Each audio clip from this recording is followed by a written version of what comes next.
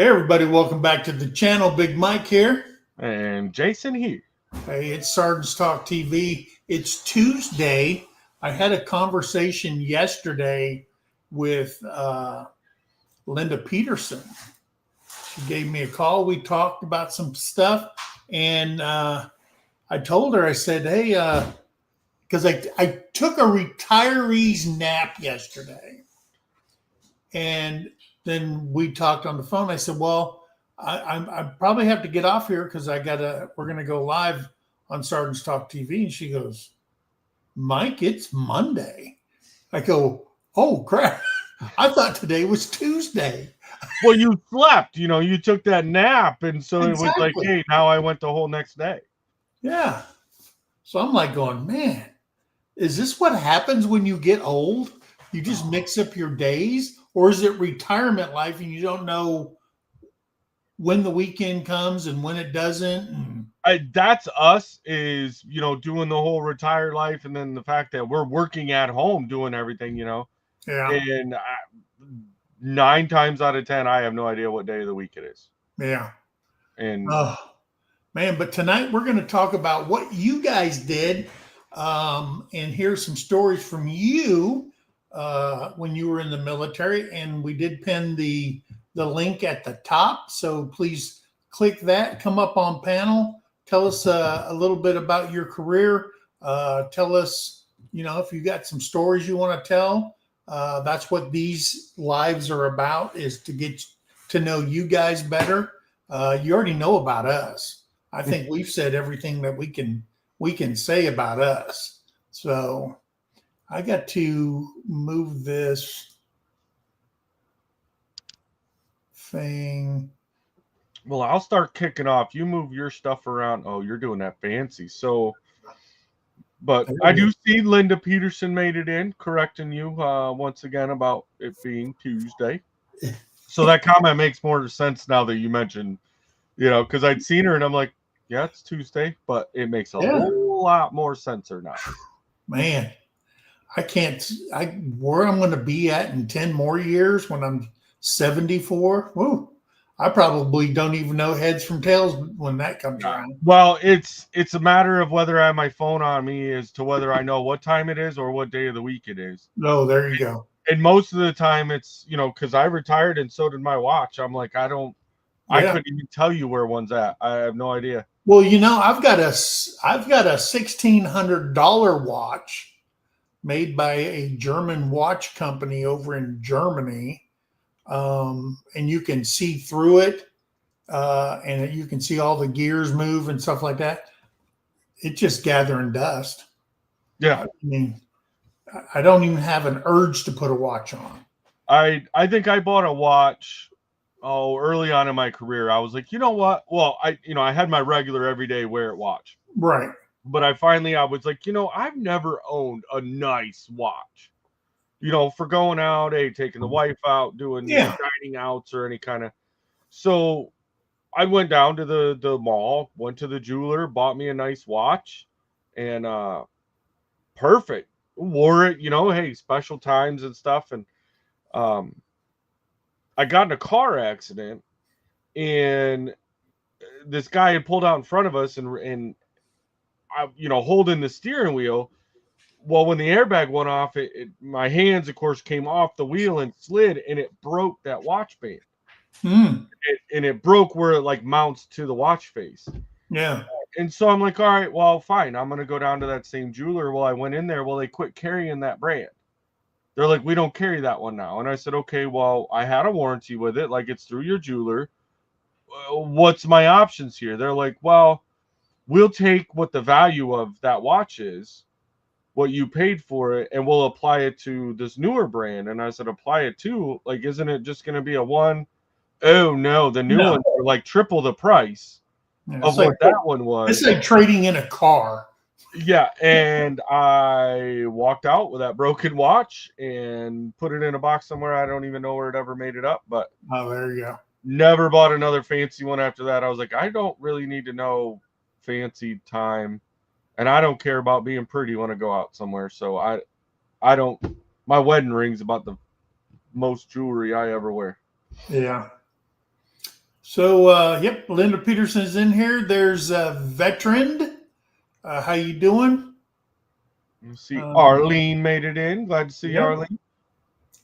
And Debbie Dross in here. And there's Judy Herman made it in. Yep.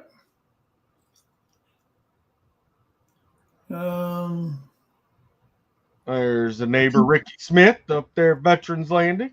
There you go. Denise McDonald. Hey, how you doing? I want to hear from Denise. I want to hear some of those MP stories. Since I was an MP the first part of my career. And the only thing I did as an MP, I will tell you that my first duty station was up on the DMZ at a place called Warrior Base in Korea, South Korea. And I walked for a whole year from guard tower to guard tower, 8-hour shifts, just walking. And then I left there because I was bitching and complaining to my platoon sergeant that I had enlisted for Europe. And as soon as I did my 1 year there, I got orders for 21st replacement in Germany. And then they shipped me straight to Germany. And then when I got there, they said, oh, yeah, you're going to the 558th MP company at a place called North Point, Germany. And I'm looking on the map and I can't find North Point, Germany for nothing. And they said, well, it's actually called Craigsfield Army Depot. And I said, a depot? I said, that doesn't sound like a community, because when I signed up, I seen, all the MPs doing road duty, wearing the white hat, carrying a gun, pulling over people, giving tickets. That's what I signed up for. But yet when I came in, I was on the DMZ, walking from tower to tower for a whole year. And then I go to Germany. They send me to North Point, which was a nuke site. And what they did was they would go to all the nuke sites in Germany, would fly to these places, load up missiles and stuff, fly them back, where these civilians would take them down below the earth, and they would do like a function check, PMCS on them, stuff like that. And then we would ship them, but we would rotate them throughout the theater. And I did that there for about 18 months. And I sat in a tower, went on air missions doing that. And then I put in for an ITT transfer, in-theater transfer. And I got sent to the 8th MP company, the 3rd platoon in Mannheim, Germany. And I said, man, this is it. I'm going to Mannheim, Germany, big town. And I got there, and come to find out, the 8th MP was a divisional MP company, not a garrison one. And I was in the field all the frickin' time. And I did that for about another 18 months. And I had met my first wife, and I didn't want to leave Germany. So I put in for another ITT transfer, and they sent me to, all of a sudden I came on orders, and they said, oh, you're going to DST, drug suppression team, out of Hammond's Barracks outside of Heidelberg. And so I went there, went to MPI school, all that stuff in Vilseck in Germany. And then went to, I did all that. And then I did that for, God, I must have done that for about 6 years, 7 years. And that absolutely ruined my marriage. Because I was always in the field, doing missions and stuff like that. And then they said, hey, you have to rotate out of here. And I said, okay. And you've been in Germany way too long. And those were back in the day when there was like 360,000 US soldiers in Germany. And I left there, went to the 10th MP company that was at Fort Monroe, Virginia. And I was there, and they said, well, I don't know why they sent you here. We're overstrength. And so I sat in a vehicle every night in front of the TRADOC commander's house, walked around his house every hour, got back in the car every hour, do it again and stuff like that. And then they said, hey, they're looking for MPs if you want to, transfer out. And I said, well, sure, I'll transfer out because this is boring as crap. The only exciting thing that happened to me when I was at Fort Monroe, the first night I was there, I was working midnight shift. And we went and parked in front, and the Chesapeake Bay's right next to the mansion where the 4-star lives. And I woke, my partner was awake and I fell asleep, and because we were shifting back and forth. And then I woke up and I looked over and I seen this freaking aircraft carrier. And I had to go like this and lean to see the top of this aircraft carrier coming into Chesapeake Bay. I'd never been around one. I never knew how freaking massive these things were. And they were coming into Norfolk, Virginia. And the whole carrier group was coming in. And I just thought that was the neatest thing. I just seen Elvis, And so I did that, but then I put in for that transfer, and I was only there like 6 months, and I was unaccompanied. And they said, all right, you got orders. You're going to the 256th MP company in Fort Polk, Louisiana. Sometimes when you wish for something, you get it, but it's not exactly what you want. And I thought I was going to die down there in Louisiana. And so I did that. And then when I got there, I only stayed there maybe 14 months, and I re-enlisted. It's like you have to re-enlist to get out of Fort Polk, Louisiana. Yeah. And I re-enlisted for Germany, and I went right back to Germany again. And when I got back over there, went straight back to drug team again. I said, oh my God. And so, yeah. And then of course I got shot in the leg when I went out on a mission. They said, you'll never run again.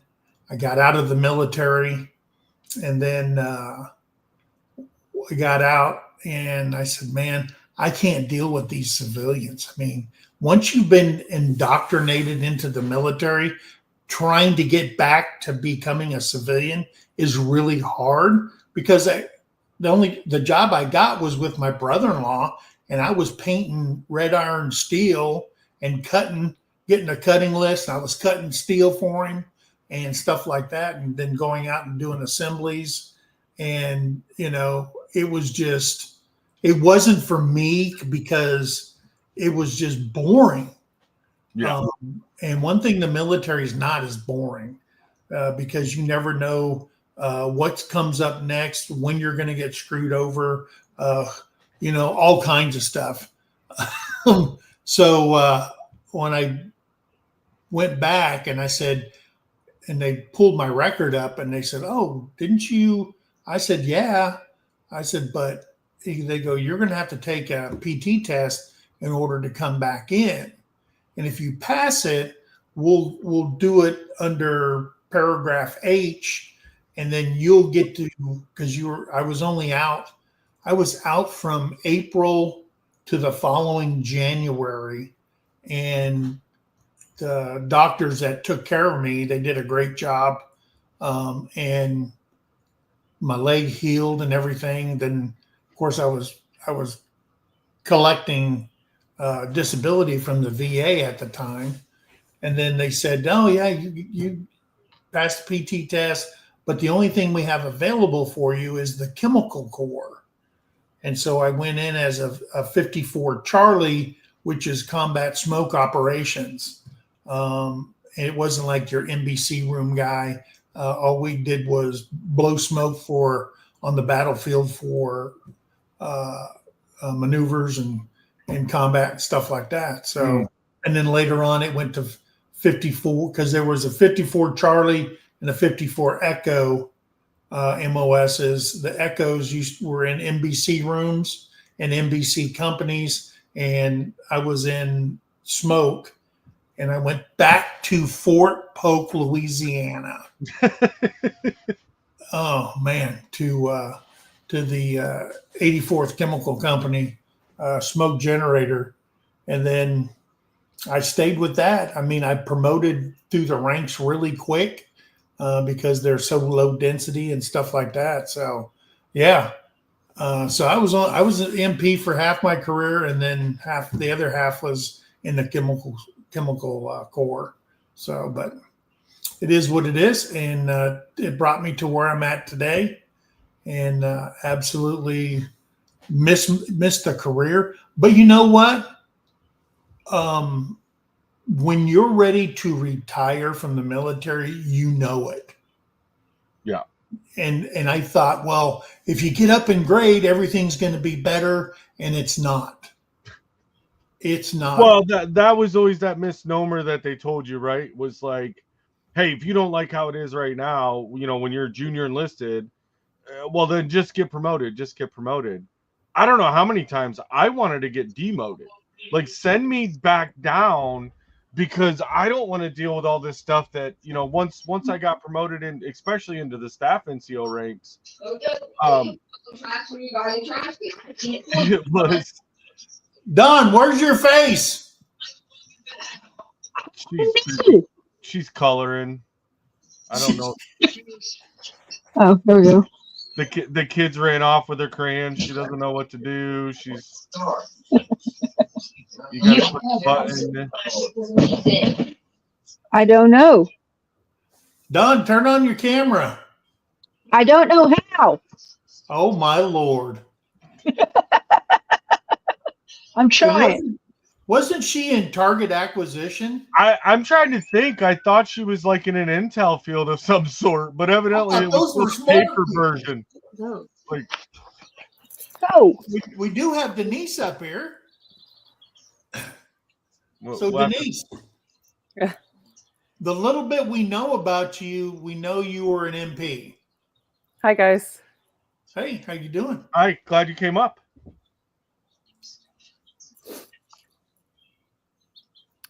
Yes. Okay. So what did you do when you was an MP? So, sorry, there's like a little delay.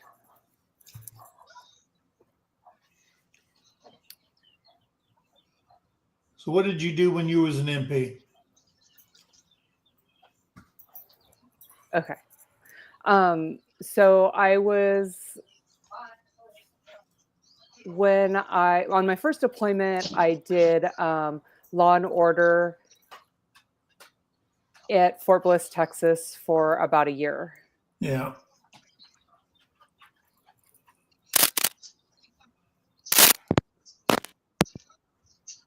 Yeah. We're getting all the technicals. Denise, are you still trying to watch through YouTube or through the StreamYard? No, I'm just on StreamYard. Oh, you know what? I think, hold on. Yeah. Your YouTube. You have an extra window open. Okay, I think I'm good now. Okay. Okay. So, okay, sorry about that. So, so right after 9/11, so I joined in 2000. I went through MP school and everything like that. And I was back home for a little bit. And then 9/11 happened.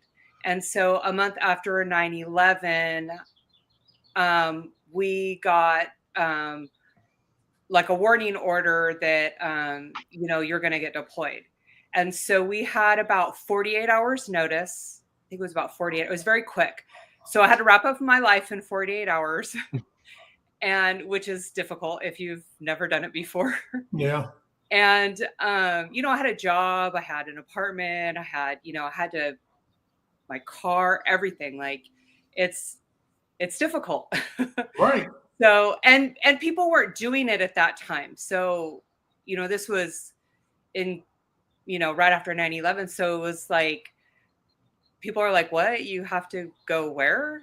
And so my unit got deployed to Fort Bliss, Texas, and we, the permanent party element there was supposed to deploy overseas. And so we were taking their place to do the law and order mission, like, you know, Right. man the gates, do the patrols, pull people over, like all that stuff. Yeah. And so we did that. We were supposed to do, our initial orders were for 2 years, but they ended up cutting our orders early, and we were there for about a year. And they did that because then they wanted to send us overseas. So I was at Fort Bliss for about a year. Then I came home, and I was home for about 3 or 4 months, and then got warning orders again. And they were like, oh, you know, you're going to Iraq. And I was like, great. I got to wrap up my life again. And this time I think we had like a week. Yeah. So we had a week, and then we ended up going back to Fort Bliss because that's where we did our little train up. And then from Fort Bliss, we went to Kuwait, and then, you know, in process. And then we went to Iraq. And the first thing we did in Iraq was we were sent to take over one of the detainee camps called Buka, and we took that over from the British. And that was interesting. There were a lot of British soldiers there. There were Albanian soldiers there. There was Spanish. There was a lot of different European soldiers that we were interacting with as we were taking over that detention center. So, but that deployment, I did a lot of things. We did that first, and then we ended up going back to Kuwait for a little bit, doing like access control. And then my unit got split up, and the majority of the unit went to Baghdad, and my platoon went to Mosul. And we were helping restore the infrastructure to the prison system. Yeah. So that was pretty interesting. And then when I was in Mosul, we got to do like special things.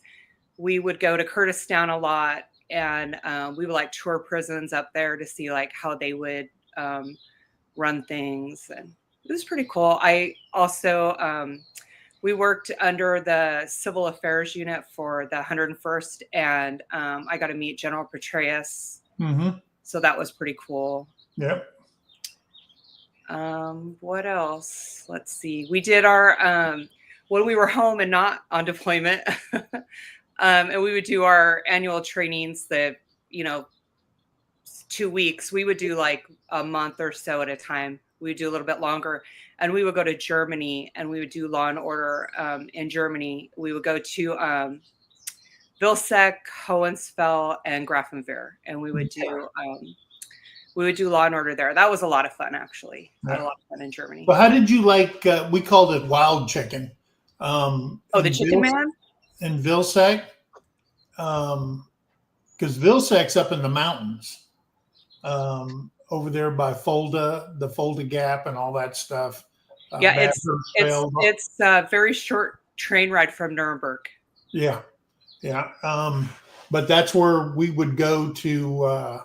The only thing that we did in Vilseck, we'd leave Fulda, because I was with the 411th Air Cav in Fulda when it used to be there, and then we'd go up to Wild Chicken and do small arms training qualifications and stuff like that. And I was always impressed with there because if you go down into the buildings, they still have the swastikas in parts of the barracks, and they're all connected underground. Oh, I never saw those. Yeah, because if you remember that almost like a dark stone, they were made out of rock blocks, all the barracks and stuff like that. A lot of barracks there, Yeah. the older ones, because that used to be a Nazi stronghold back in the day, way back, and then the U.S. Army took that over. But yeah, so you were what we call citizen soldiers. So you were in the National Guard or the Reserve? Which one? The Reserve. In the reserves. Yeah. And I always wondered, because we got augmented when we would deploy on the mini deployments with reservists that would come over and fill the shortfalls within the active units and stuff like that when we deployed. Mm-hmm. And I never really understood, when you get called up as a citizen soldier, how much turmoil was that for you? I mean, you probably had a job on the outside. You had to leave your job. Did they honor you coming back and going back to work, and so on and so forth? How did that affect you doing that on deployments? So it got easier each time. The first time was the hardest. We didn't have much notice. And so basically you just take a copy of your orders and like you take it to your job and you're like, hey, I have to leave and this is why. And, they're legally supposed to honor it, but I mean, they can make it easy. They can make it hard. Like I was lucky. I had, they honored it. They didn't give me a hard time. My, let's see, I got lucky. No one gave me a hard time when I came back. Like my job was there for me. The job was a fairly easy transition. It was very stressful to try and like pack up your civilian life when it's just hard. Like, am I going to have, like, I have to give up my apartment. Am I going to have a place to live when I get back? Or like, if you have like, I wasn't married and I don't have kids. If I was married and had kids, like, it would have been like probably a lot harder, to leave children or to leave the house or whatever. And I just kind of was lucky in that sense, I guess. And then the next 2 times that it happened, I had a little bit more notice the second time. And then the third time I actually had like a couple months notice. Oh, okay. So like the Army got better at it and we got better at it. So I was a pro the last time. I was like, oh, I know exactly what to do. And, because I had already done it twice before. I don't think they got better at it, but I think over time they got into the groove of scheduling out units that are going to deploy and stuff like that. And I think that's where things got a little bit smoother. I noticed, like, because it was chaotic even from active duty to go to Iraq in 2003. Yeah, it was bad. There was, our country had been demilitarized. Oh God, I can't even talk. Demilitarized. Thank you. We had been shutting bases down. We had been, not putting money into our military, and it showed. When we got called up, there was no equipment, there was no uniforms, like there wasn't anything. Like we looked ragamuffin, and that was a completely different scenario when I went in 2008. Yeah. I had so much equipment. It was ridiculous. Like I had almost too much equipment. Like, Well, that's what we laughed. We laughed like when I was deployed in 2008 to Afghanistan with the amount of gear, Yeah. you couldn't leave a fob or cob without up armored vehicles. And we, those of us that have been around long enough were like, we went from Kuwait all the way to Baghdad in a soft skin Humvee. oh yeah. And I think we were partway on the road before they even gave us front and rear SAPI plates. And now they want us to wear all this other. It was crazy, the difference. The whole time I was in Iraq in 2003, I had a flak vest. I never had armor. My vehicles never had armor. We had sandbags. Our turrets were little plastic chairs. It was wait. The windshield. The windshield had the ballistic stuff on it, and I only know because my co-driver, whatever, he was the comm chief for our platoon, and he wanted me to pull the windshield off. Mm-hmm. I'm like, you understand this is the only ballistic piece of anything we have on this whole vehicle. Yeah. And he's like, well, the reflection of the sun. And I'm like, because a green Hummer and a battalion of green tanks running down the desert causing the reflection off our windshield. I said, you're an idiot. We're not doing it. Like, that's the only safety we have right now is this windshield. Well, see, and that's the thing. I watched over time because I retired in 2000. And when we went to Desert Storm,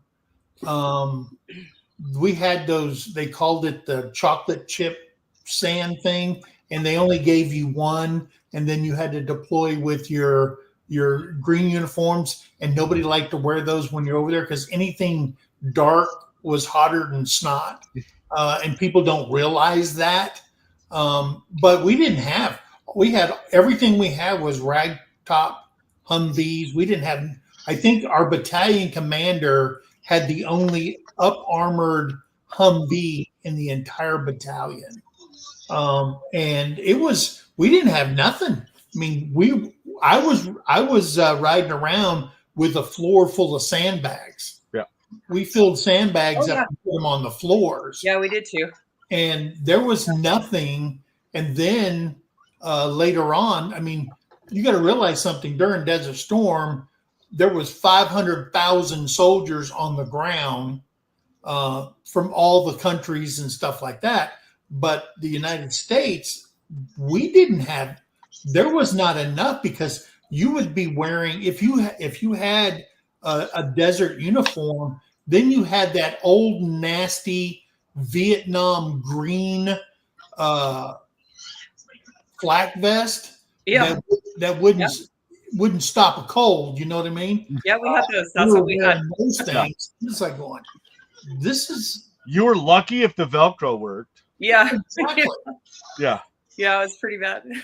Yeah, we drove when we were done in Mosul and we were joining our element. We drove from Mosul to Baghdad with no armor, flak vests. It was great. It was like a great 8-hour drive. I loved it. Yeah, and then they would tell you, okay, we have some MPs up front here, and they're in up armored, one up armored in the front, one in the back for this convoy. And then they said, okay, all your soldiers get into the 5 tons.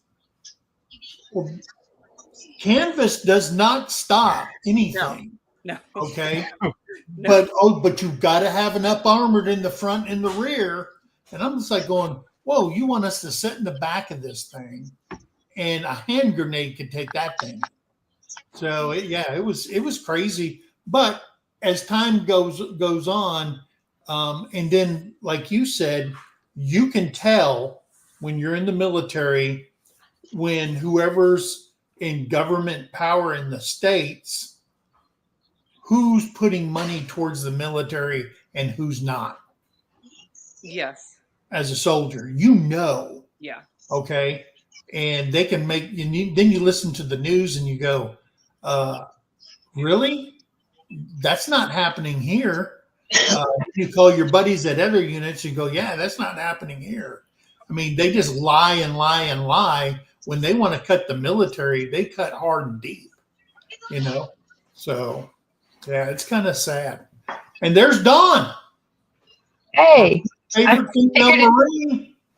I figured it out. Yeah. So I got a new laptop. military? I was 2651, which is reconnaissance, surveillance, intelligence. So you were like MI, Um, or is, I don't know what the Army calls it. It's intelligence, surveillance, reconnaissance, systems engineer. Is what I did. I wrote code for remote detonation devices, oh, or I listened to enemy stuff and decoded it. I was mainly attached to Army EOD units for the most of the time. oh, really? And you couldn't find the camera button on your, Oh, I know, right? Okay, I got a new laptop and it has a physical button on the top that you have to flip. It says camera is disabled by a physical switch, and I was looking all over this stupid computer, and I was like, I had to Google where the switch was at the very top to slide it over. that's why on every military computer there's a help button. Yeah. Oh, I just wanted to show Jason this. I found some real snacks. What? Well, I know that had to be local. What? How? What?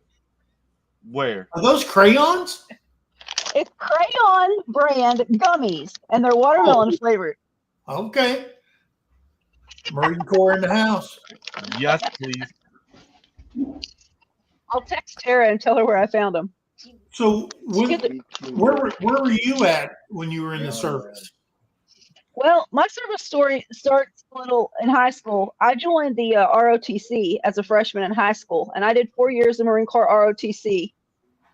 And when you're in ROTC in the summer, you go to ROTC summer camps at military bases, and you're sponsored. And in the Marine Corps, if you do a delayed entry, well, back when I joined in '99, if you had went to Marine Corps boot camp ROTC training, it took time off of your actual boot camp, Oh, because you had already done some of those skills. If you had passed the certification at the level that they had the actual Marines do it, you got a pass for that.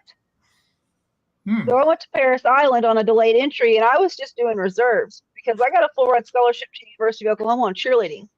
no, okay. And so I did delayed entry where I went to boot camp between my junior and senior year of high school, went to senior year of high school, and then went to Goodfellow in Texas for my MOS training, because that's where they send you for. And then after that, I went to the asshole of the entire world, 29 Palms. Yeah. My battle buddy's been there. It's a beautiful place if you like brown and sand. Hell, if you enjoy hell. And I've so, been there several times because the railhead is in 29 Palms when you go to NTC, and we had to go across the desert and choke to death.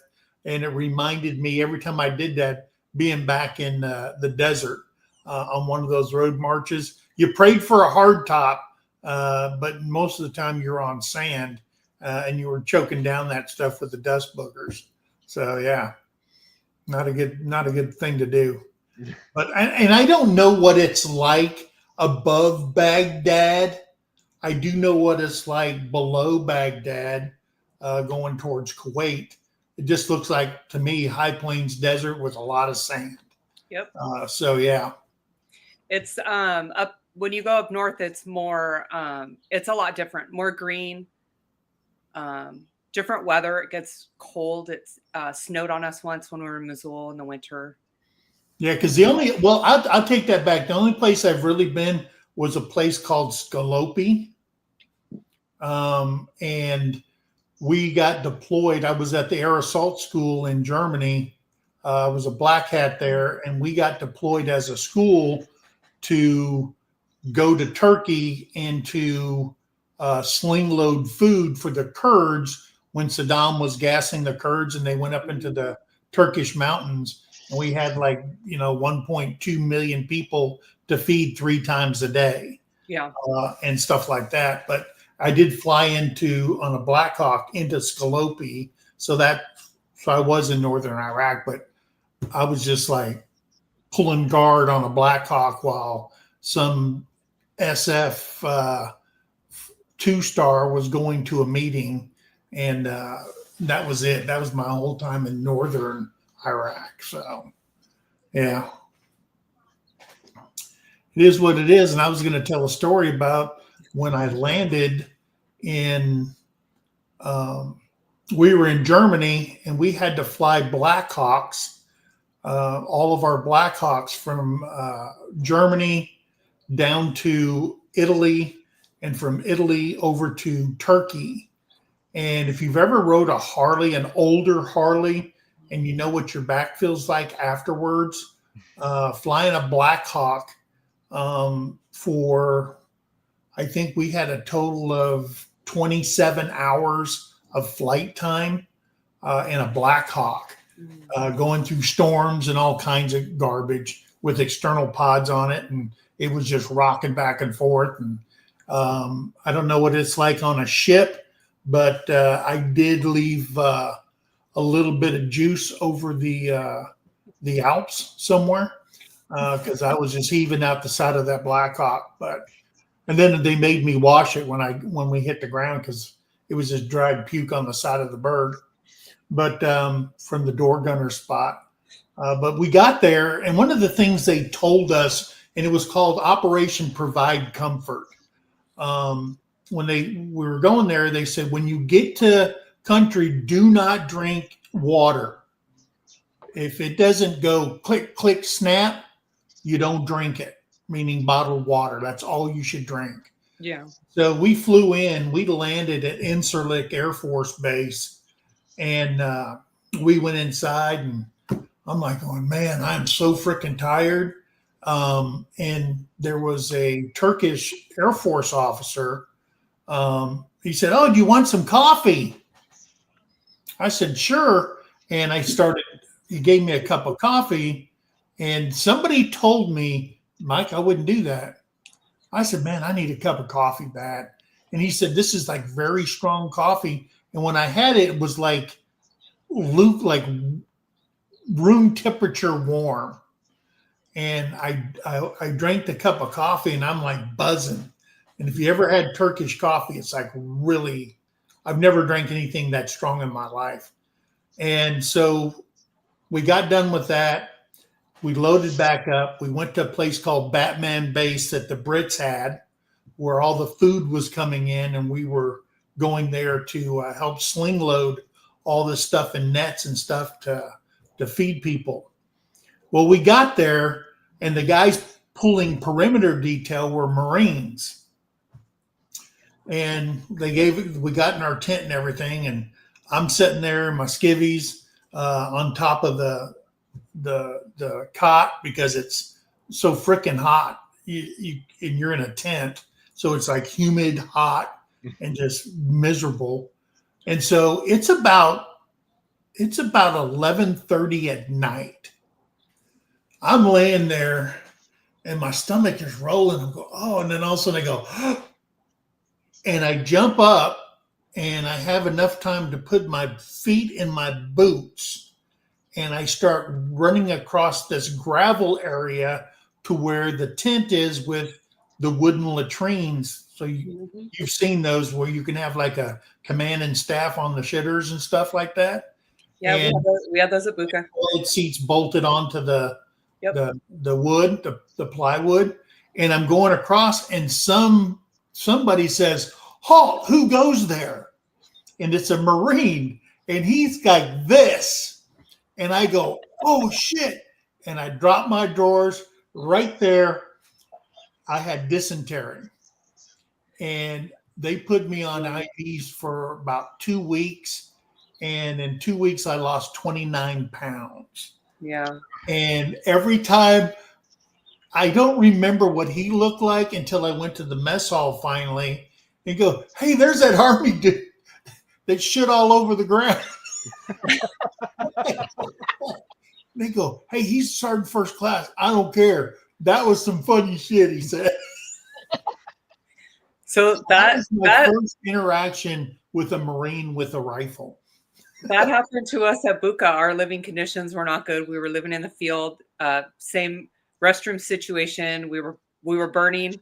The number 2, the number 1 was in a different place. Dig a hole. And when we first got there, we didn't have water. We just had, I think we had like 3 bottles of water each a day. And this is like how you're talking about very southern Iraq. It's very hot. It was March, April, extreme heat. We're living in tents and everything like that. And it just wasn't the hygiene. You just couldn't be very hygienic. It just was impossible. Yeah. We all got dysentery. It went around. Yeah. It was horrible. Yeah. I think they called we ended up crawled naming out of my tent at like the middle of the night, just like throwing up in the sand. It was horrible. Yeah, it was. We nicknamed it Saddam's Revenge. Yeah. We called it the Buka.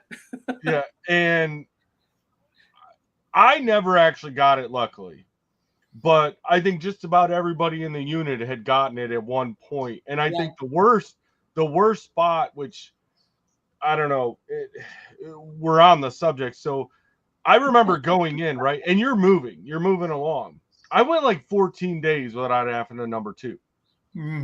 Just, you didn't eat, you didn't barely drinking anything. Yeah. And it finally hit in the middle of a sandstorm. And I'm like, where am I supposed to go? Like, I'm not getting out exposing, like I've already got sand where I shouldn't. So there was me, I was a Humvee driver. I had my co-pilot there. And then there was a guy in the back. And I said, well, I hollered in the back. I'm like, dude, you got to get out of there. We're going to swap seats. I need to use the back. And he's like, what's up? And I'm like, it hit. Yeah. And it was horrible because you couldn't get away from it. It was trapped in the Humvee. And so then we get moving on further. Well, then my maintenance chief had called us all over. All the mechanics called us over. We were gonna, talk about what vehicles needed fixed and all this stuff.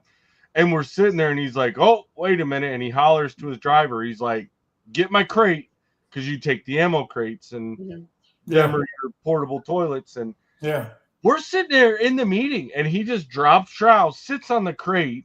Well, we got to turn around because, one, we don't really want to witness it, but you can't get rid of the smell.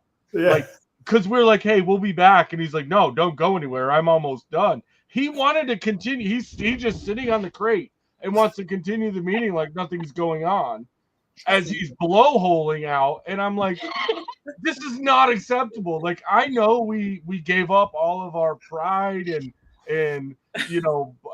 personal space, but I kind of draw the line if you're going to sit there and still try to hold a meeting through your book while you're literally just, oh man.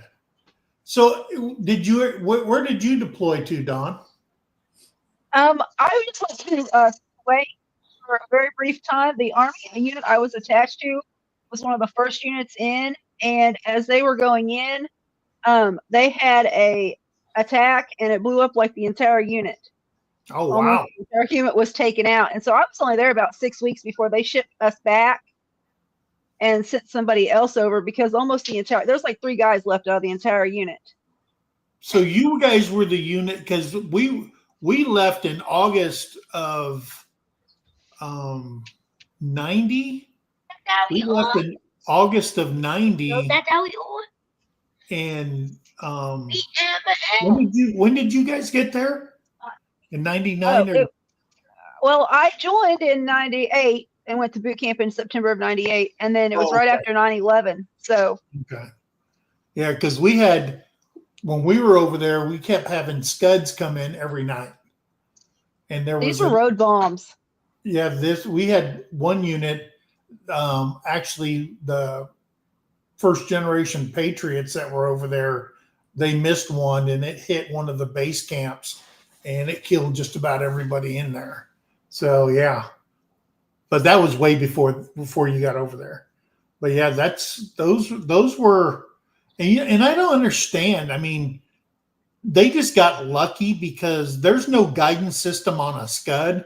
They just pointed in a direction, and they fire these things off, and where they land, they land. And we're thinking, are these guys idiots? But if you throw enough at a target, one of them's bound and determined to land in there, and they had one that landed inside the compound. Those were roadside bombs. they had planted in the sand on the road, and so when they were Yeah. going in, it just took out almost basically the whole convoy. There was one guy in the very front that lost both legs, and the gunner in the very, very back lost an eye and an ear, and those were like two of the only guys that were left.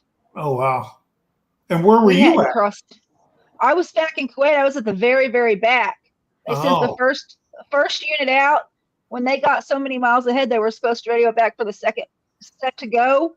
And I was at the tail end of the second. And before the first could get through, they had blown them up. Oh wow! Yeah, it's crazy because everybody experiences combat and being deployed. Everybody sees it in a different location. Because when I first went in, I went over there and I went over there with the aviation. With the combat engineers, but they needed a chemical guy because something happened to a platoon sergeant of a recon team, a chemical recon team. And they said, does anybody have experience? I said, well, yeah, I've been trained in it, and I got attached to them in the wheeled vehicle. The only lucky thing about that is they had air conditioning. Okay, because they have all the computer systems inside. So I'm going through the desert in 63-degree weather, no matter what it is outside, and somebody will come out. I said, no, you're going to mess up my air conditioning. So there was an external phone.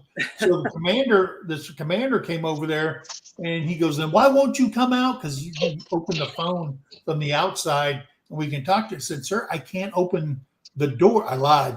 You can't open the doors because the heat will affect the computer systems within the Fox vehicle. And he goes, oh, I didn't know that. Okay. Hey, you got to do what you got to do, right? Yeah. So I'm sitting in there in a t-shirt and my boxers and combat boots on with a flak vest on. So these poor bastards are out there sweating. It's 130 degrees outside. So I wasn't about to go out. Well, see, I want to know how you made it through that whole thing, because I remember vividly we spent a good portion of that initial deployment in 2003 Yeah. in full mop gear. Oh, yeah. Yep. Like, The thing about the Fox vehicle, it has an overpressure system, right? So it produces air and it pushes it out. So it's actually sealed inside there. You feel like you're in an airplane, and in the beginning, your ears pop because of the overpressure system inside there. So nothing can come in, because if that thing goes out, then you got to go to mop. So we pulled maintenance on that twice a day to make sure it didn't go out. So that mop gear, whew, that was a chore, carrying it around everywhere. Yeah. I was where we were in Kuwait before we went into Iraq we were at Arfjan, and they were shooting scuds at us all the time, and the warnings were going off all the time. So it was like, I think the most nerve-wracking part was all of a sudden they were, I don't know what rockets they were launching, right? But it was friendly rockets, like going back, like they would shoot. Yeah. But then they would have the friendly rockets going off. Well, because nobody knew, there really wasn't the communication coming down that, hey, we're going to launch back, or these are anti-air whatevers. Next thing you know, because anything that went in the sky that didn't look normal, they're like, nope, mop up. I was like, ding, ding, ding, oh ding. yeah, like, yeah. We're mopping up all the time. It was like, it was crazy. It was hot.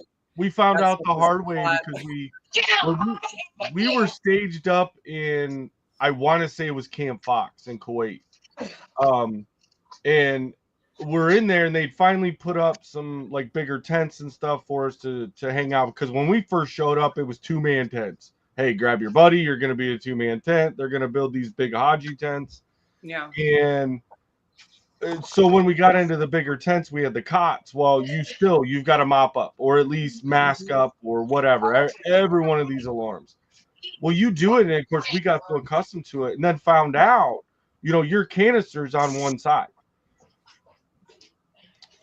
Don't lay on that side when you fall back asleep because you put you were napping and hey, all right, and all of a sudden you wake up really fast because you're not getting any air because poncho liner decided to suck the seal for you. And it'll teach you what sleep apnea is all about. Maybe that's why I have it now. I don't know. It's horrible though. Gosh. And people don't realize, because I didn't realize it till I went to chemical school, how much time chemical soldiers, everything you do is in MOP. And I'm in Alabama in MOP. And the only saving grace for me is I started chemical school in January. Thank God. But you do a lot of training in MOP. And then later on in my career, when the MP school moved to Fort Leonard Wood, along with the MP school, and they were closing down, I was one of the first cadre members for the Chemical Defense Training Facility at Fort Leonard Wood, where we trained soldiers and stuff like that with live nerve agents, GB and VX, and stuff like that. So I was in the hot area every single day for 3 years straight, doing MOP training with soldiers, units that were deploying, people that were, they went to a 2-week chemical course to be on their chemical teams and decon teams and all that kind of stuff. And all the officers went through there. We had to put the officers through that training in the Army and stuff. And then we did have a few Marine. We had some chemical Marines that came in there and trained. Air Force, Navy, they all came in there and trained, because everybody, if it's chemical, every branch of the service trains at Fort Leonard Wood, Missouri, for chemical NBC training. So that's where it's all done now. And don't they have all the MPs there now? Because I know all the MP schools there. You got the engineer school, MP school, chemical school, transportation, heavy trucks there, and then EOD. They moved EOD into Fort Leonard Wood now. They call it the Maneuver Training Center. That's what they call it. So yeah, a lot of people get to visit Fort Lawson Woods. So yeah, that's where I went. I was there. Yeah, because I grew up about 30 miles from there. One of my good friends, he was back then. He was, I think it was in 2004. He was a sergeant major of the 714th MP battalion, or whatever it was there. He was a good friend of mine. Then he went to Guantanamo Bay to be the sergeant major there. But yeah, they changed. I hated it when they changed all the MOS identifiers in the Army, because I was a 95 Bravo. Me too. Right? And then I had a Charlie identifier because they needed guards over at Leavenworth at one time. So I said, hey, I'm already here for BNOC. I might as well take the training. It was because the Charlies trained over at Leavenworth at the time. And now everything's done at Fort McClellan. At Fort Leonard Wood. Yeah. Yeah. So yeah, it's fun to talk about deployments after the fact. I hated deploying to a location that I've been before. Absolutely hated it. Going back to Iraq again for the second time, going to Bosnia twice. The first tour in Bosnia was a year long. I got there 3 days before Christmas and left on Christmas Day when we came back. It was just a different feel, a different kind of thing. Because I'm going to tell you something. I learned in Bosnia, we are not good at peacekeeping. We are not good at peacekeeping. I mean, they train you to kill. This is your job, yada, yada, yada. And then they said, oh, we're going to send you in here. And Clinton said, we're only going to be there a year. We're still there. I deployed in December of 95. Mm-hmm. Okay. And we're still in Bosnia. So that tells you something. Yeah. Well, I think I've said this before too, was, you know, when we were in Iraq, you know, being part of tanks, we got all the way up to Baghdad and then we sat there and then they're like, you know, we're kind of like, all right, now what? And they're like, just hold, we'll figure this out. And they wanted to start sending people out and they're like, well, we're going to turn this into, we need to do some peacekeeping, winning the hearts and minds. That's what they said. Yeah. Yeah. Winning the hearts and minds. We just looked at each other and was like, what is that supposed to mean? Yeah. What do you want us to do? We just fought our way up here. Yeah. And now you want us to go make friends with them. Like that doesn't work. Yeah. Same. Yeah. And I like we talked about before on other lives, I think stories from the sandbox. There was the most frustrating thing was the ROIs, because civilians were making the judgment calls or making the rules for soldiers or the military in combat. And they're not boots on the ground, so they don't know. And they're looking at combat. I mean, you would think that after Vietnam, we would have learned our lessons about, hey, just give us the frickin' mission and let the military leaders dictate how it's going and stop getting involved in it and making all these rules as you go, because, you know, this is not what civilized people. Well, no, civilized people, since time began, raised armies and killed people. And that's what you train people to do. Then here's the kicker. You have people that go into combat, and this is the sad part. And then you expect them, when they redeploy, you want them to be normal again. What the frick is normal? Normal stopped when you got off the bus at basic training. Okay? Before you got on that bus, you knew what normal was. You were a happy-go-lucky person, or whatever the case is. You may have been struggling, but that's what normal was. And then you get on the bus and some dude or some gal is yelling at you, and you've never been yelled at like this before. So your normal's out the frickin' window. Okay. And then you go and you deploy because they've taught you how to kill and they expect you to do this. Then they said, whoa, pull back on the reins a little bit, hot shot. But they're shooting at us. We got 2 down. Oh, don't shoot. Don't shoot. Don't do this. Don't do that. And then you get done with all this mind game, and then you come back and society wants you be normal like the rest of us. And that's when the PTSD happens.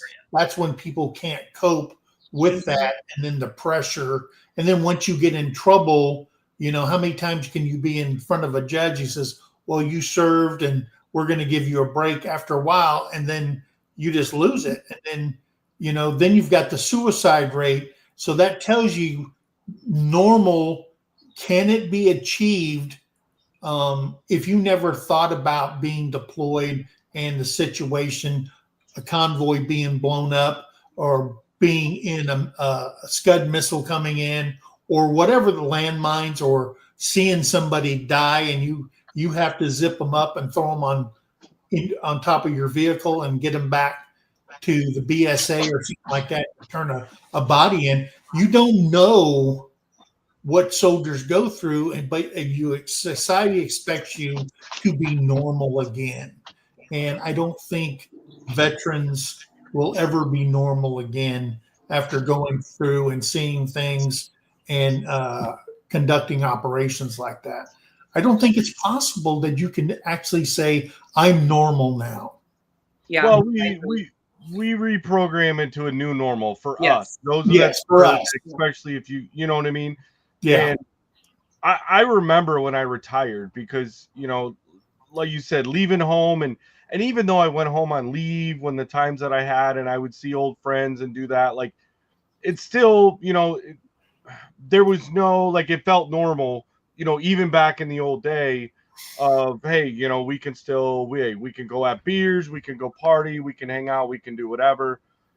It wasn't until after I retired and then I moved back, to my hometown for a while, and I started running into some of the old friend group that I had, and I mean 17, 18 years has gone by, and they want to do the same thing and they expect like me to be the same person and they're like, well, no, I know you. And I'm like, well, you knew me 20 years ago. Yeah. You know me now. Like Right. I'm not that and I had to cut off some friendships because they wouldn't accept the fact that 20 years has gone by, we're not still in high school, we're still not teenagers, or middle schoolers, whenever I'd met them. And I think that's the hardest part is that other people, right? Like and civilians, they can't accept that we're going to come back, whether it was 5 years or 20 years, we're going to come back and we have different, like we're totally different people. I mean, just from the life experiences alone, how do you expect somebody to move away from a place and live somewhere totally else, no matter what their career is, for 20 years and then come back and be that same person that left 20 years ago? Yeah. So I struggled with that for a little while because I'm like, well, wait a minute. What you do all the briefings in the classes, right? For the transition, you talk to other vets about, hey, going back to normal. There's no go back. There's Right. not a rewind button. We're never going to be your standard civilian society's normal.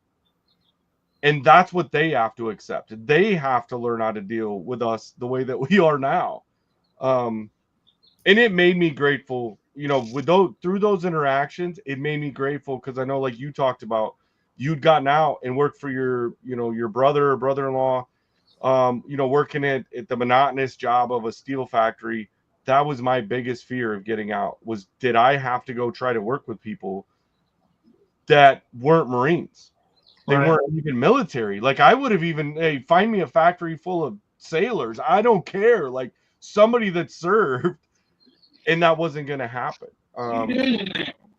Luckily, I didn't have to do it. And honestly, we talk about this stuff, and I want to bring this up, or maybe ask Denise, is like, as a reservist, where I had 17 years to process this active duty and then try to be, see where I fit in society. You had to do it like 1 year on, 1 year off. Like, how difficult was that in your situation? So, kind of going back to what Mike had asked me earlier, like how difficult was it to deploy? I think coming home was harder because, you're so, at that point, you're so programmed, you're so trained. Every time, every day I'm going outside of the wire, every day I'm, driving, looking for shit on the road, IEDs, whatever, EFPs, everything they came up with to try and kill us, I'm looking for. So I come back home and I go to work, and what am I doing driving home back and forth to work? I'm scanning without even realizing it. Yeah. So my 30-minute drive, back and forth to work, I'm exhausted because I'm scanning and there's so much to look at that I'm not even realize that. And that's just one small thing. Like, you have all those things that you're programmed to do and you're doing every day because that's your training, is you're still doing it when you come home because you're just programmed to do it. And so it's difficult. It's difficult to transition. I've had issues with it. My friends have had issues with it. When I first came back from the first Iraq deployment, I had raging PTSD. Had no clue what it was. No, there was no one to help. So I self-medicated. Yeah. And luckily I didn't continue that. But I was pretty young too. I think when I went over there, I was still in my 20s, I think, when I went over there. So late 20s, I was almost in my 30s, but I was still pretty young. And I was uninformed of what PTSD was. Shell shock. I don't have shell shock. It's difficult to come home. Luckily, I have a good support system of veterans that I served with. I'm going to call them out because I think they're still watching in the shadows. I have a few good friends. Two of my really good girlfriends are watching. Susie commented, she's one of them, and Jerry's another one. And Susie Franco. Yep, I've known Susie. Shout out Susie Franco. That's right, Susie Franco. I'm shouting you out. She called you by your last name. I said, well wait a minute. Yeah. Who knows that person? Because only in the military do you call people by their last name. Yeah. Yeah. So she was with me on the stateside deployment and the first Iraq deployment, and then she ended up getting out. And but yeah, it's good to have a support system of people, like-minded people, and people who have gone through things that you've gone through and can, relate. It's helpful. At least, and it's different as a female too. When you get out as a female and you have that sticker on the back of your car, people come up and then they're like, they say thank you for your service to your husband, and he's never served a day in his life. And you're like, no, it's me. They look at you funny. Or when you go to the VA and they call you for your appointment and they say Mr. McDonald, or they don't read the name and they call you Dennis instead of Denise. Yeah. That happens to me all the time. I did that. That happens to me all the time, but it's okay. Like, I know I'm in the minority and it's fine. So Denise, are you married? I am now. Okay. So, but you weren't married when you were deploying and all that stuff. Mm-mm. And were you married at the time you deployed, or you weren't married yet? Me? Yeah. I got married in 2001. And so we had just got married when I got deployed. We were only together like 3 years, but we got divorced shortly after I came back. So I actually ended up getting out because we had come back. I got pregnant and I got out because I was pregnant. Yeah. So here's my question is after dealing with military, I know what it's like to be a guy and stuff like that, but I don't know what it's like to be a female being military. How was it after deployment? How did that affect relationships? And did you look for something different after than you did before going in deployments? Oh, 100%. Because I was raised in a very controlling environment. I grew up in the Church of the Brethren, which is basically a shoot off of the Mennonites. So my dad was the head of the household. He controlled everything we said and did. So when I turned 18 and got out, I went and did the one thing I knew that would piss him off the most. So I joined the Marine Corps. That's one thing I feel like, suck it, Dad. You can't control me anymore, And so that's the whole reason. And so when you grow up like that, and the man is the head of the household, it's a very traditional role. You're grown up taught that you need to be submissive, that you need a man to be the head of the household. Well, after I was in the Marine, I was like, fuck it, I don't need a man. I can do all that shit myself. So what I looked for in a man was totally different. I didn't need someone to take care of me, to be my protector, because I was better stuff than he was. Yeah. Yeah. So how was it for you, Denise?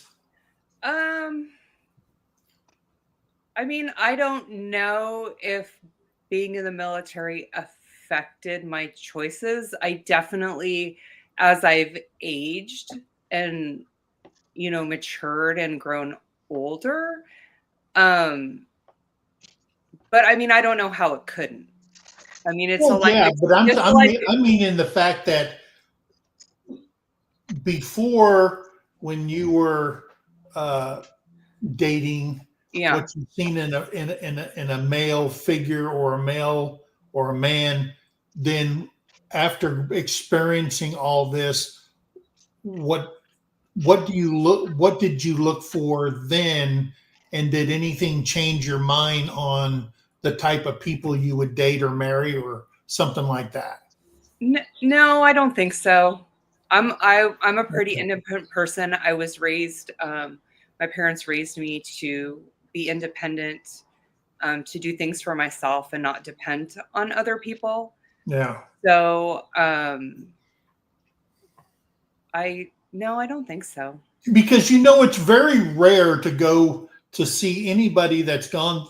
I mean, it happens, but it's very rare that you see, um like you I'll have like a private come in and he's married. I married my high school sweetheart, blah blah blah. They came over to Germany and now we're deployed, and she freaking, after a month, she's lickety split and she's gone. Screw this stuff. And then the second wife, I know that you look for somebody that is very independent, somebody that is a doer, somebody that can take control, because you have a family plan and you're leaving everything on somebody else's lap, if you will. Because us as soldiers, Marines, whatever, you get the call, you pack up a bag, you pack up your 3 bags, and you're out. Okay. Somebody's got to be left behind. So I've talked to so many people that if they stay in the military and they're going to get married again, those are some of the qualities that you're looking for, because somebody has to take care of the gear, Yeah. the rear, and it can't be you, because there's nothing you can do except be obsessed to get on some sat phone and call back because you're so damn insecure in your relationship. And I've seen that by many a soldiers. Yeah. And the colonel's driver had the only sat phone in it, and he was making money until we caught him. He'd give you a time in the middle of the night to use the phone, and he was collecting money for it, and we caught his little ass. So I think it's a little different for men and women in the military, because I think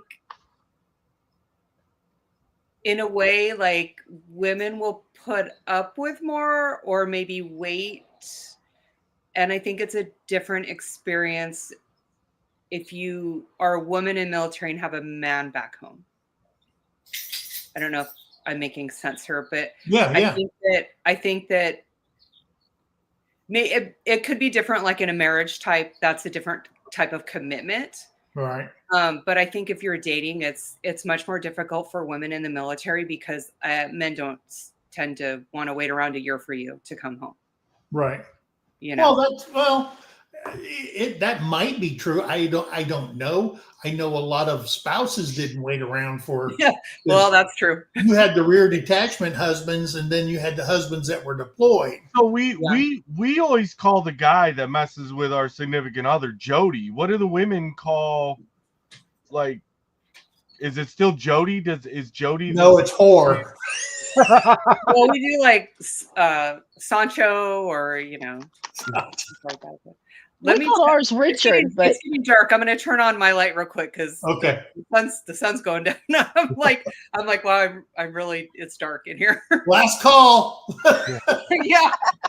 Well, and I think while she's doing that, I think Denise hit a big thing in her statement earlier was, and I'll have to say that the easiest part during, you know, all 17 years, 3 deployments, the easiest time that I had was on deployment. Yeah. Because you only worry about, I mean, yes, in your mind, but you have to put it back. The mission is first. So at home, kids, wife, you know, everything that's going on back there, you think about it, but there's nothing you can do about it. You're 3,000 miles away. And, you know, so when you come back and have to transition back into it, now your brain has to overload with all the things that you didn't have to necessarily think about, worry about. Yeah. And we talked about it a lot. And it was funny. It was oddly enough that, like, I was with my first wife through my first and second deployment. Now, the second deployment I came home, and actually before I even came home, I got notice that we were getting divorced. And I'm like, oh, okay, you know, and a lot of things had happened, and I was not going to disagree with that decision. I'm like, that's fine. You know what? This is what's going to happen.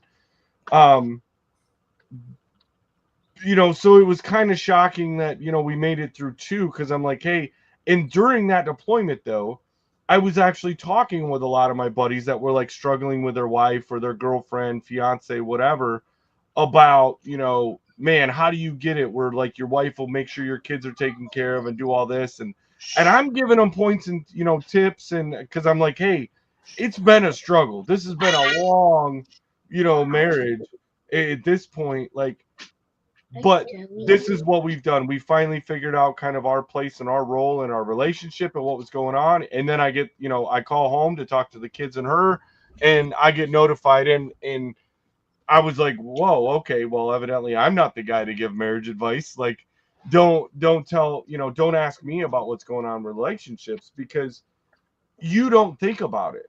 I mean, yes, you're calling home, but you're worried about the guy to your left and right. What's more the important. mission?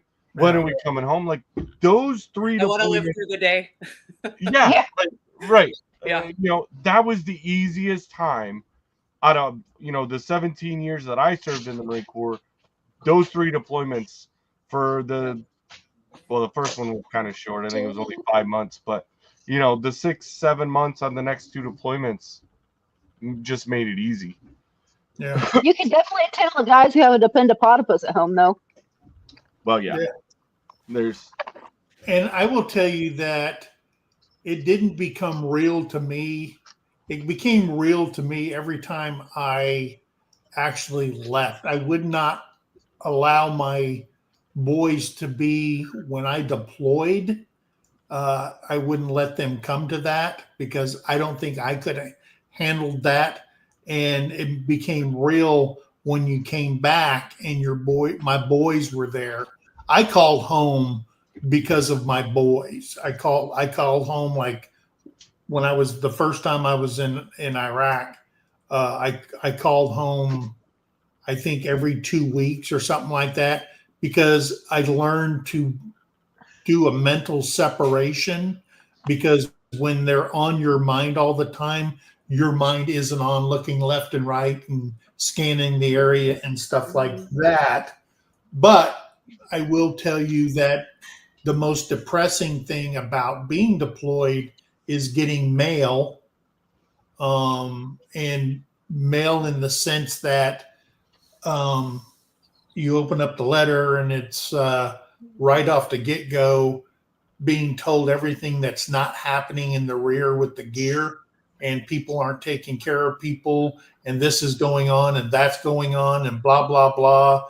And the boys signed up for soccer. There was no uniforms, and we paid all this money for them to do this, and there's not this, there's not that. The unit, whoever's in here in the rear, nobody answers the phone, nobody returns phone calls, blah, blah, blah. Somehow our pay got mixed up, and nobody can help me, and all this other garbage that goes on is freaking depressing, because it's the people you love in the rear, and your children, that pisses you off. And then, of course, you go to the first sergeant, or you go to the commander or whatever, and say, hey, you know, you dump on them, and you know, they take, Mike, I ain't got time for this crap.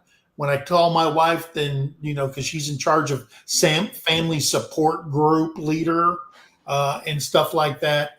So I learned over the 8 deployments that I did in my career, I learned to shut it all off, you Mhm. know? Mhm. Then, and I don't know if that's psychotic behavior or not. And then flipping a switch when you go back and trying to fit back in. And maybe that's why military people are such chameleons. It's survival. It's a way of surviving and moving with the times and being stationed at different places and people going, hey, how did you pick up that accent? You're from Arizona and this and that. And you're just like, you're just trying to fit in, trying to be part of it. And I think it's very hard. I think that stuff is a form of PTSD that a person, or you just psychotic behavior because it's your protection mechanism, you know?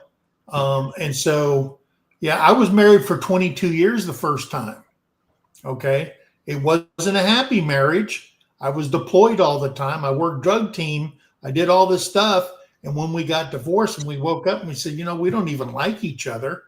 And we got divorced and my lawyer was going through all the stuff I had because I have a portfolio of all my orders, everything that I've ever done. And they went through there and they said, you married 22 years and you only lived together for 9. I said, yeah, because I hated going home. If it wasn't for my kids, I would have got divorced years ago. And he's going, you know, that's not healthy. I said, tell me it's not. But it is, I mean, that the military screws up a lot of relationships. Oh yeah. I've never seen anything more devastating is how much women get hit on in the military.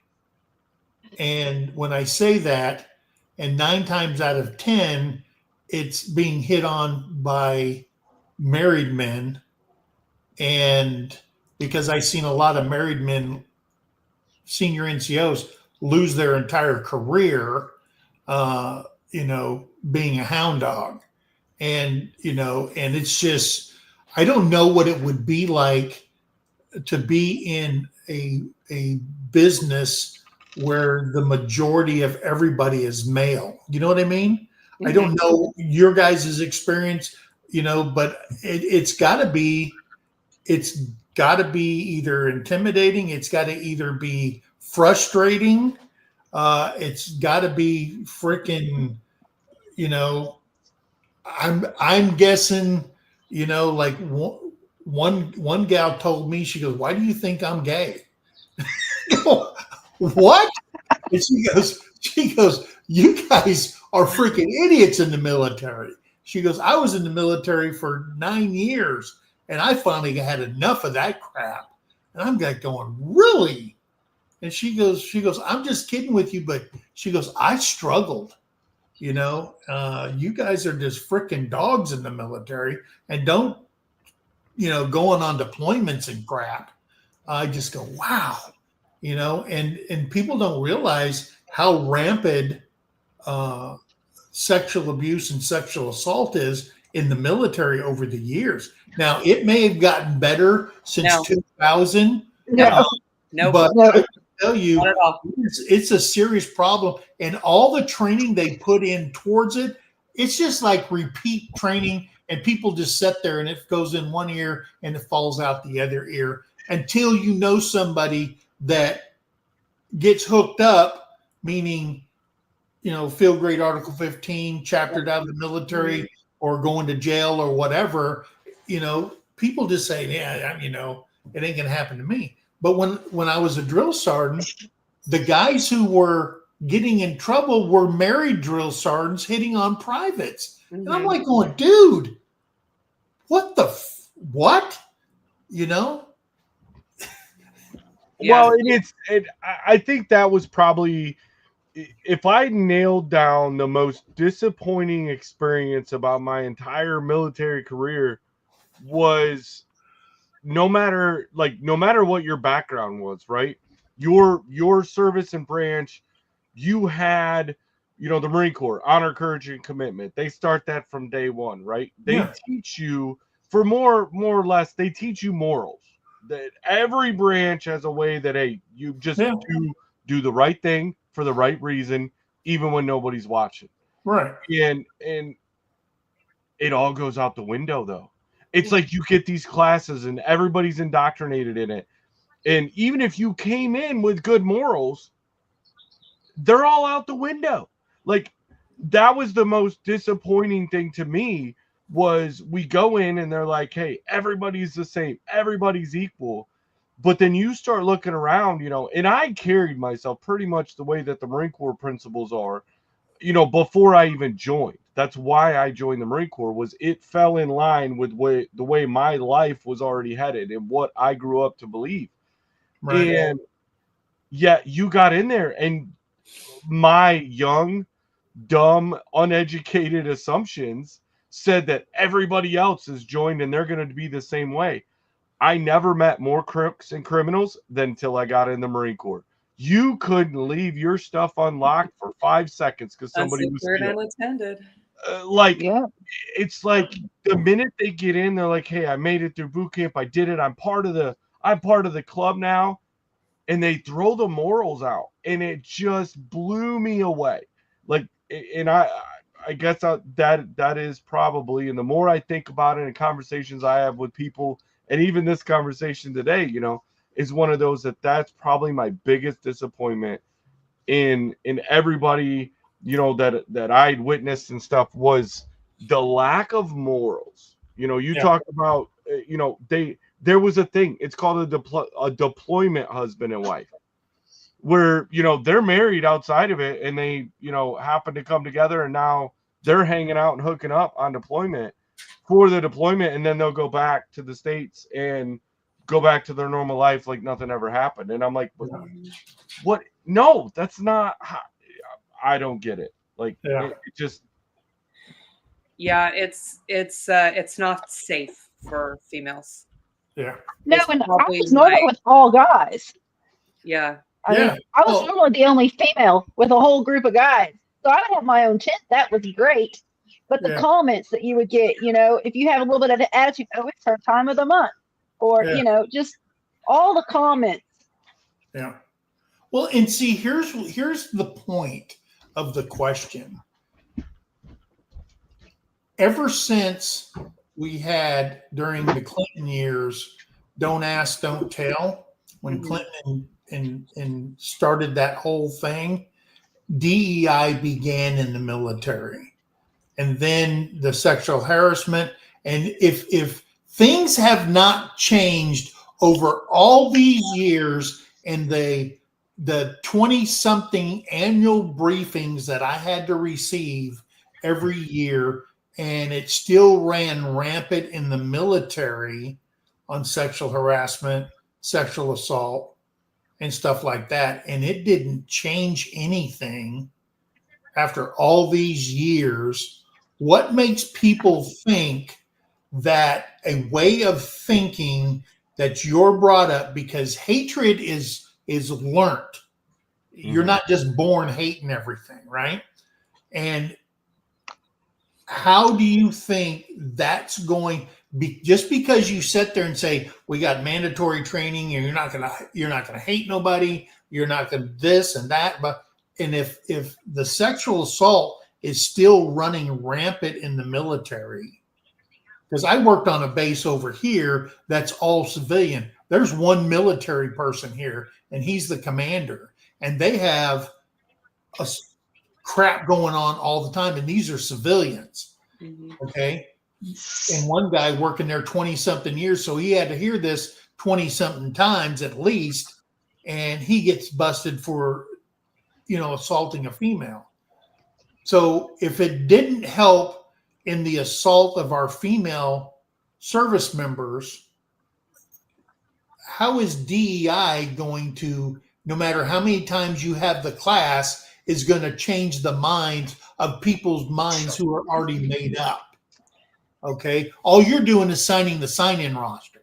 That's all you really care about, right? You go in there, you sign the sign-in roster. You hear the same briefing for 20 freaking years. Nothing's changed.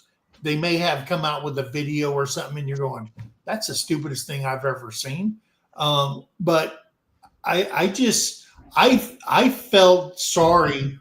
My first unit where I had to actually deal was when I was a first sergeant, and I didn't realize how many cases there was of sexual assault, and until I became a first sergeant, and I'm going, what the frick is going on? Just remember that for all those that are reported, there's 5 or 10 that aren't. Oh yeah, I agree. There's probably one out of 10 that's reported. You know, it's rampant. It's dangerous. Yeah. You know, in my company, there was, I don't know, over 100 soldiers, right? Less than 10 of us were female. Yeah. So, and you're not always with those 10 females, like, but you try and like, it's really sad. You always have to be with somebody. Like, you can never be alone because it's dangerous to be alone. If you go to the bathroom, you need to go to the bathroom with someone. If you go take a shower, you need to go take a shower with someone. Because if you don't, like, you have stand a chance of getting assaulted. And like, why? Because I'm a female trying to take a shower. Like, it's ridiculous, but that's the way it is. And you know, that's, you know, I don't know. It's a hard thing. I don't know what the solution is. People have to change their thinking. Like, a lot of males think they're entitled because you're a female and you're there, and they're feeling a certain type of way about you, that they're going to get what they want. Or I don't know. It's just, I don't know. I just don't. I mean, I guess my thought was, why would you risk your career over even a temp? And now I hear male soldiers talk. You know, that ain't fair, man. A girl can turn you in anytime you want. Mostly they don't lose their careers. Yeah, and you're right. But you hear, I heard male soldiers saying, well, that ain't fair, man. Because the woman has to say, so how do you take a risk and you get turned in? And I said, well, you know, hey, you know, do it this way. Hey, would you like to go out this weekend? No, I don't want to go out with you. Okay, thanks, bye. Okay. Did you violate anything? Okay. Maybe nowadays it's a violation for even asking, because it's in the eye of the receiver and not the eye of the person saying it. And I get that. But even with that and the ability to lose your career, now, if you're, I mean, come on. If the Sergeant Major of the Army McKinney can get thrown out of the military, okay, because they tried to cover it up when he was dating his driver, the Sergeant Major of the Army, then what's going to stop young soldiers, young Marines?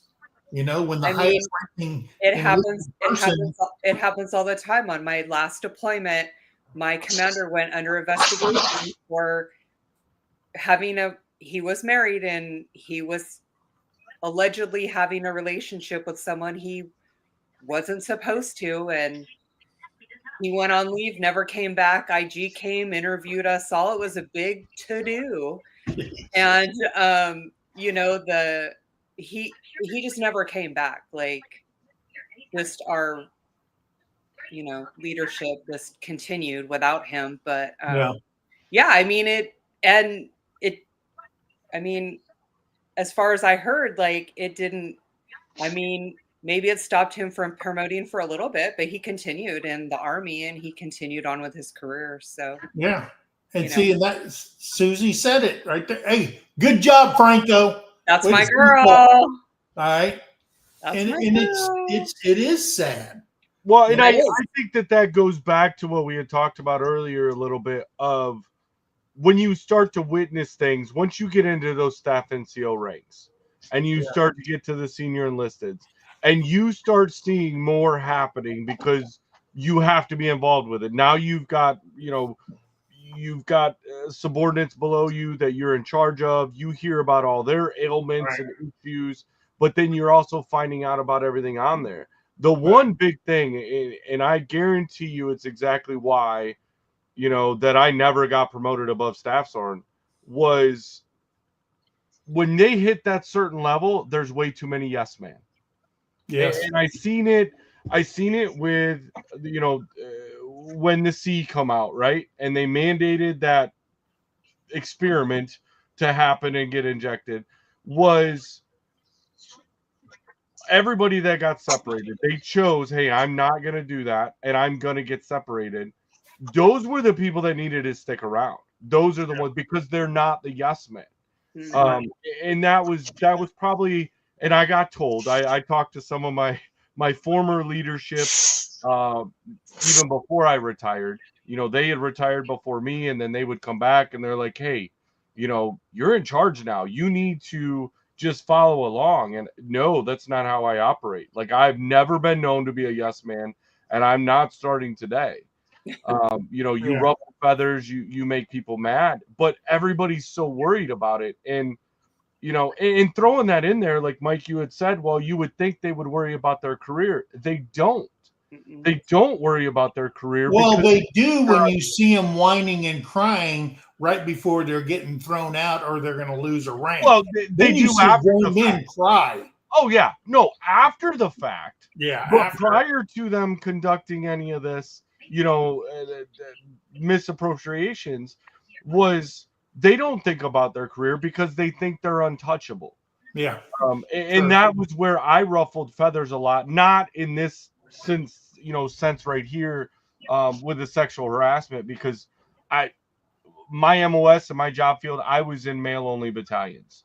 Yeah. I served with outside units of, service and support, had female Marines in them, and they were amazing. And some of them, I sure ain't getting in a bar fight with them.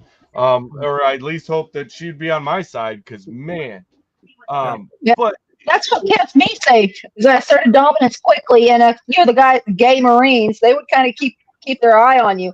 But yeah, there was a guy, he snuck in my tent one night, and he thought he was going to be funny, and I didn't know he was there, and I was really tired, and I was ready for bed, and he was just being funny. I just beat the fuck out of him, and after that, they're like, that's just crazy. Don't fuck with her.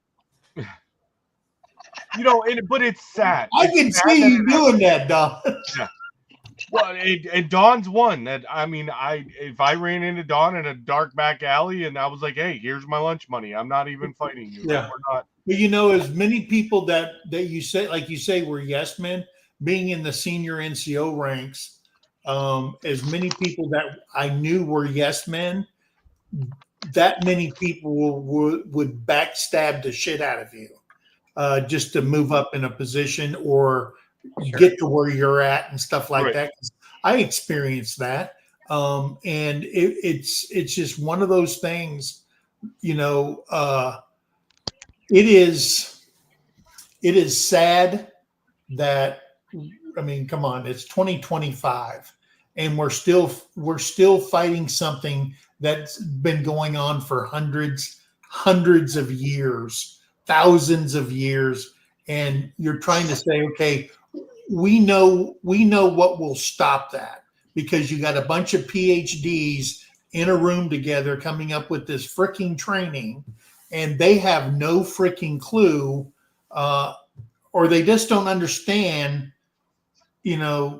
how men and women operate. I just don't understand it. I understand, they're saying that the recruitment numbers are up because they've thrown DEI out the frickin' window. Okay. Hopefully they don't throw all the training out the window. Hopefully they can come up with something better. Hopefully they can come up with stiffer penalties, because they haven't changed the UCMJ in I don't know how many freaking years. It should, there's no place for it. There's, everybody talks about, when they allowed gay people to openly serve in the military. Oh, this is going to hurt good order and discipline. Well, so does sexual assault. Okay? It ain't good for it. You know what I mean? It ain't good for it. So you have no leg to stand on. You know, gay people have been serving in the military since time began. That's great. Okay? I don't have a problem with that. People shouldn't have a problem with that. You know, it was kind of open-eyed when we had when housing opened up for same-sex marriages and stuff like that, and the fights that were in the housing areas and all kinds of stuff. And I just think that there should be a better system to combat poor behavior than being protected by the good old boy system. And if you don't think the good old boy system is hard and running, then you're an idiot. Well, Okay. it's honestly, it's no different than what Doge is doing right now. Yeah. But when they're going in, until they can get something like Doge to go in and actually hold people accountable for what they're supposed to do. Like, Yeah. you know, hey, we've got a set of morals and standards, whether you came in with them or not, because you've made it through the training. Now you're held to those morals and standards. Maintain it. Like, you know, if somebody's qualified enough for a job, then they get it. None of the other factors. Are you qualified and certified to do this job? Absolutely. Yeah. I always thought that when it came to assaults and all that kind of stuff, it should never be handled at the unit in which it's being, where it happened at. Should never. Right. Okay. It shouldn't.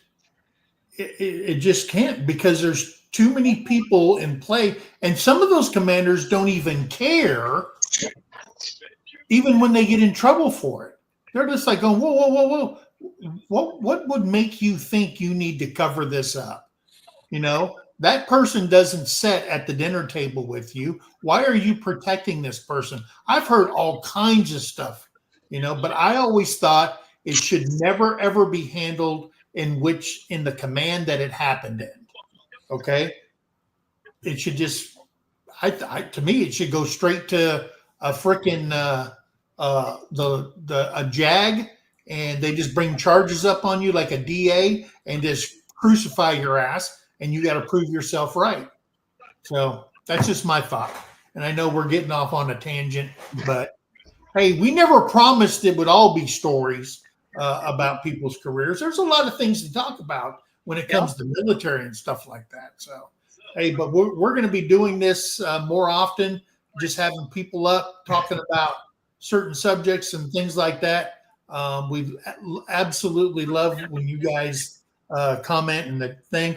I got a little sidetracked. I should have been putting up comments a lot sooner than I started doing it. But I get into these conversations, and it just it motivates me, and I forget all about the chat. And I'll hear this from Miss Terry in a little while. Well, the thing that we have to remind ourselves, right? I mean, Mike, when you and I talked about even wanting to start this channel up and why we wanted to do it, right, is for this reason here, is getting people up on panel.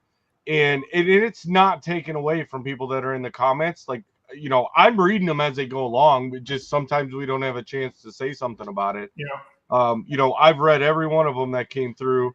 Had some good giggles and, you know, in a few of the comments. And but the whole thing is, and I proved it here not too long ago when I went to North Carolina, and, you know, visited with my uncle, had the whole family up on the panel and stuff. That was awesome. You lose time when you're with veterans. Yeah. It doesn't matter if you've just met them now or you've known them for a lifetime. But this is what we need, right? This is our therapy, being able to talk to, you know, we can all go see licensed counselors and do all that kind of stuff, but there's nothing better than, you know, when we can't physically be in the same room, or in the same location, to be able to come up and do this, to just talk stuff that, you know, for the example tonight that all four of us can sit here and we're mentioning words and locations and things.